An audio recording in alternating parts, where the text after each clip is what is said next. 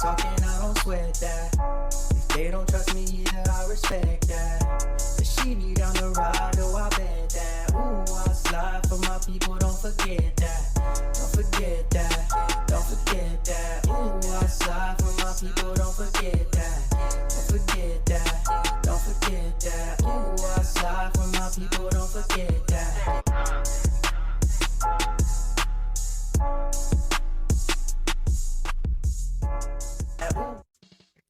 Good morning, good afternoon, good evening. My name is JH. How y'all doing, Postal family? Is everybody good? Is everybody cool? Are you clean? Are you crisp?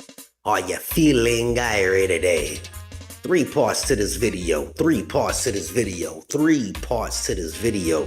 The last part will be a comment left by a UPS driver that's not so gung-ho for the motions that the union is putting forward. But, you know, we'll read that at the end. First part, I want to tell you, I looked up some statistics, and the statistics are staggering statistics. And I'll read them to you, and you can definitely leave your comments below on what you think. I know what I think, but I want you to leave your comments on what you think.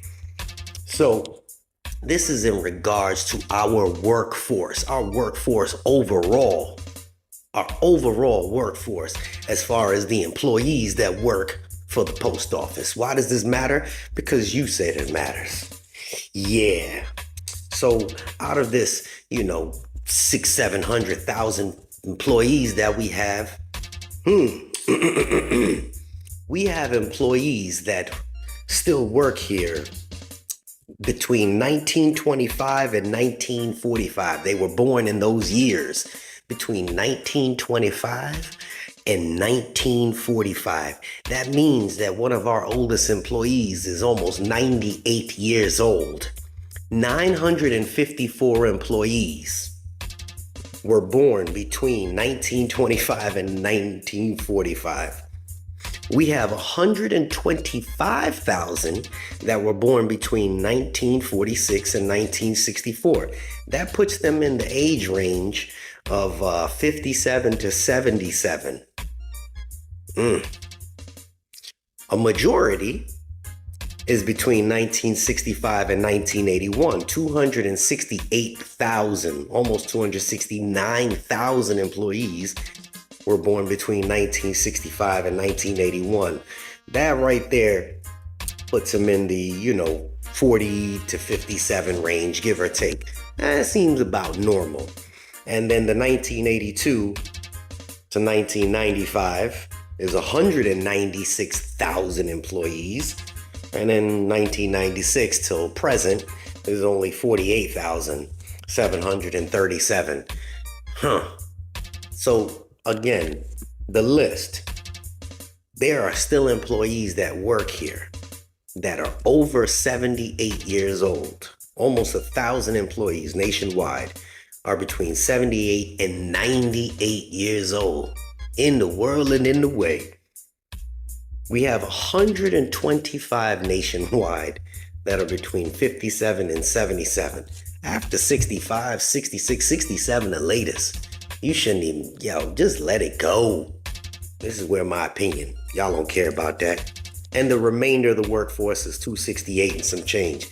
Here's a fun statistic for you guys to just look at. The last time you got an Amazon delivery dropped at your door, did you see a 65-year-old dropping it off to your door? You saw some young kid with some pep in his step. Yeah, exactly. A lot of the people that deliver are younger because they got that kind of energy. Yeah, speaking of Amazon, we always talk about how much we can't stand Amazon, and it's going to lead into a second part of this. But I thank you, Mrs. from Oklahoma, that sent me the statistics. She counts the mail. I don't know who has time to do that, but she does. And from what I'm reading, a majority of our mail packages come from Amazon. So one day it was 800 Amazon packages, 400 USPS packages, and 120 DHL UPS packages. That accounts for about 30 to 35% of just our stuff. Think about that. Out of 1,320 packages, we only had 400 that were USPS. Only 30%. Another day, it was 736 Amazon packages, 404 USPS packages, and 95 DHL UPS packages. Again, that was out of 1,235. Again, that's only 30%. So out of all that package volume, which is typically where the money comes from, because anybody's paying for packages, it costs a lot of money. Only 30%. 30% comes from us. A majority comes from Amazon. If Amazon left with them having almost 2/3 of the package volume, that means if they left, a majority of our money would be gone from the post office. That's a fact. Oh, they don't pay them enough. They negotiated that. Whatever they did, they ain't got nothing to do with it. But forget what they're paying them. Think about what they're paying you. Full-time career employees, they don't like to carry it because they're set. I understand that. They're set with their routes and they're going to get paid regardless.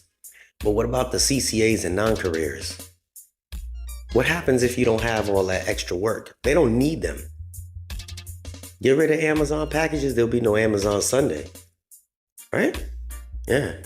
So people lose money. So I said before, maybe a year ago, Amazon actually brings work for us. True. And if they decide to leave, I know we got one of our routes cut. That means a driver, that whole route's going to get unassigned and it gets abolished because there's no more Amazon. Yeah. What are they going to replace it with? If nobody else is using, there's nobody using Amazon, then what do they replace it with? Temu? Temu don't have warehouses over here. But USPS is under fire for doing this with your deliveries. The Postal Service is facing criticism surrounding a certain delivery package. Did you know that they're prioritizing Amazon? Yeah. It's a major necessity delivering to all areas of the country, regardless how rural or isolated. It's also why they use us. With the weight of the responsibility and the effects after the COVID-19 pandemic, the agency faces ongoing financial woes, obviously, and short staffing shortages. We're not going to speak about the president. Yeah. U.S. may be doing something illegally. This is what it says. Delivery rates have been a center of attention for the USPS since October 2021, but their service standards, they're changed. That whole first class mail and all that other garbage. But it says, ironically, the agency has now received pushback over certain packages that some are saying is being delivered too quickly, and that's your Amazon. The most recent criticism of the USPS has to do with what packages are delivered and when. There was a motion filed by the Postal Regulatory Commission that says certain post offices are allegedly instructing employees to prioritize Amazon packages over every other kind of mail. To investigate, the SOC has requested access to an agreement between USPS and Amazon. If these allegations are true, it would violate the legal obligations of the USPS, which require the agencies not to give priority to the letter mail or discriminate between users.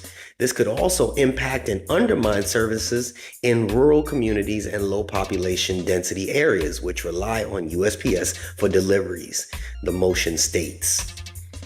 Yeah, the SOC, which includes 4 labor unions, blah, blah, blah, International Brotherhood of Teamsters, United Farm Workers, represents blah, blah, blah, blah, blah, blah, blah, blah, blah, blah, blah, blah, blah, blah. Ain't that something? Yeah, so there's an investigation going on about this. It's a long article. I'll leave the article in the video first link, so I'll pin the comments so you can read it for yourself. But it's just interesting on how that is playing out with, they're saying that I'm sure you guys have dealt with it, where they say, no, we specifically have an Amazon Sunday, so it's there. Prioritize Amazon over our own mail. Yeah, all of this seems a little, interesting to me. Nonetheless, let's take a look. You guys definitely leave your comments about that. Leave your comments. I'm not as animated right now because I'm trying to rush through my video. So this individual works for UPS, and he directed his comment from one of my videos where, I was saying that we should appreciate what UPS is doing. It says FedEx and USPS combined cannot handle 25% of what UPS does. So he's saying that we can't handle what they do. Okay, cool. I respect that. They're a package delivery company. I don't think we're a package delivery company yet. So a UPS driver at top pay makes $41.51 per hour and overtime every day after 8. Do you think that's not enough? He works for them, so I guess he thinks this is enough. Free insurance for the whole family. I like that. Paid vacation. We get that. Paid holiday. We get that. And a pension and a 401k. We kind of get that. I know because I've worked there for 33 years. Part-time has same benefits, but not as much pay. But that is part-time. I want everyone to know because I think it's very fair. I wonder if this is management. I do not agree with a strike because part-timers want to start at $25 per hour. FYI, we have many ladies that use UPS as a second income for the family and the free insurance. But after they have been around for 20 years, they make close to $30 per hour also. My point is they have no cap.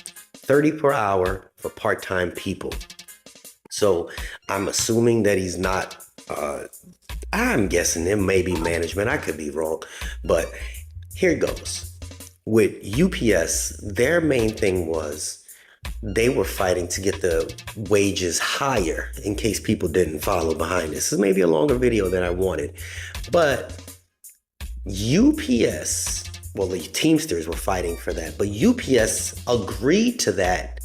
But they said if inflation goes backwards and deflates, they have the right to take money away. So the market adjustment. So let's say you made it up to $30 an hour when everything was at a high point in America. But let's say that it goes into a recession, then they could take that $30 an hour and bring you back down to 24. What? So that's what they were saying. And the Teamsters said, no, not having it. If you're going to give us a raise, so you're telling us at any given time you can just take the raise away? I don't know what company really does that. That's foolishness. But why are we talking about UPS? Because again, I made that video and this comment. What do you think about that comment? This was in my last video. Give your pieces of information and your 2 cents, because this is how we share the information. Again, this is 3 parts to this video. We got the people that are still here, that 98 years old. That's crazy. We got what percentage of our own packages. If we just lived off of our own packages, we'd be broke. And then this comment with this guy and that article. There was a lot in this video, but hopefully this was informative to somebody. Leave your 2 cents. If you got some information you want to share, please email me. My email is always in the video description. It's the top one. With that being said, grandbaby's crying, so we gotta go. We out. Unexpected expenses stressing you out? Get the money you need now with Loans for Feds, a program designed specifically for federal employees. Bad credit is not a problem. Application is fast and easy with same-day approvals. Apply now.